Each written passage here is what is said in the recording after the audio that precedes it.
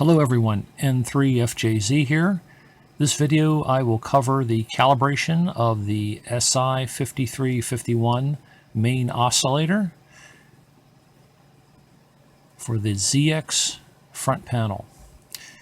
Okay, we will be using the controls shown here now.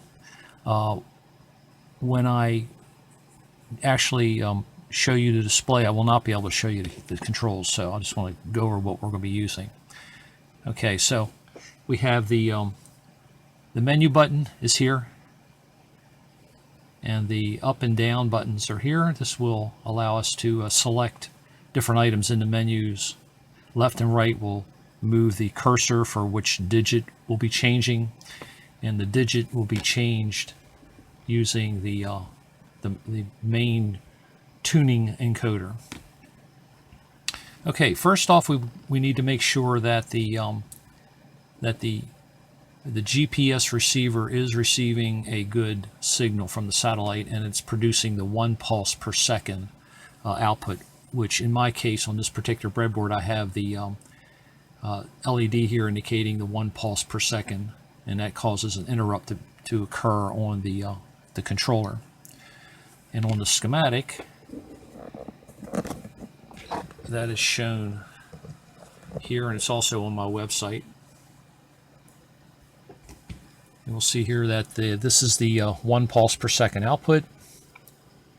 It latches the count in the 74LS8154 counter chip, which is then read by the Arduino Mega, and the 1 pulse per second. This is where it's flashing the light. It also causes a interrupt to occur, which is part of the calibration, or part of the counter code in the Arduino.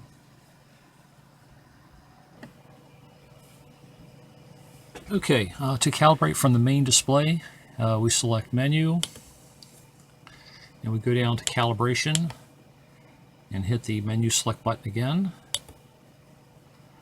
And we go down to Cal Main Oscillator, and it will bring up the main oscillator calibration screen.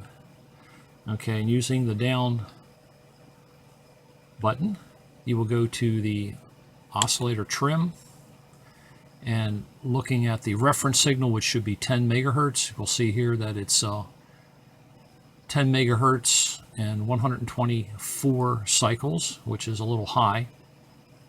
So you would turn the selection, or the tune control, counterclockwise, and this will then apply a correction factor to the Si5351. Here you can use the left and right arrow keys to select a digit if you want to go down faster. And even though I'm turning the dial counterclockwise, you'll see that the number is increasing in value, but since it's minus, that would be the correct direction. Okay, you want to, as you get it closer, you can then switch to the lower digit. In this case, I'm going clockwise, and what you want to do is try to get it at 10, in which case the display will turn green for the frequency. Here you can step down to the ones position, and you can fine tune, and the goal here is to try to get the frequency displayed from the counter toggling between all 9s and 10 megahertz, which would probably be the correct setting. Or if it stays consistently on 10, that's also very close.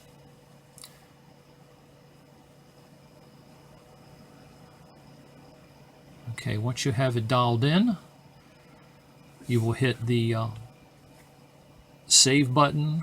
In this case, I'll demonstrate how you can use the screen and the down arrow key to get to the Save, and then you will hit the Menu Select button. That will save it, lock it in.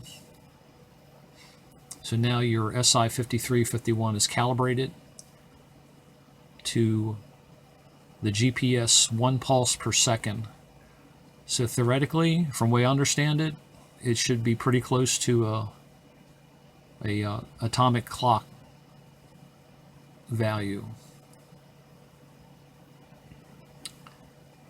Okay, and then when you hit the home button, you will go back to the main screen. So that outlines the calibration procedure for the Si5351.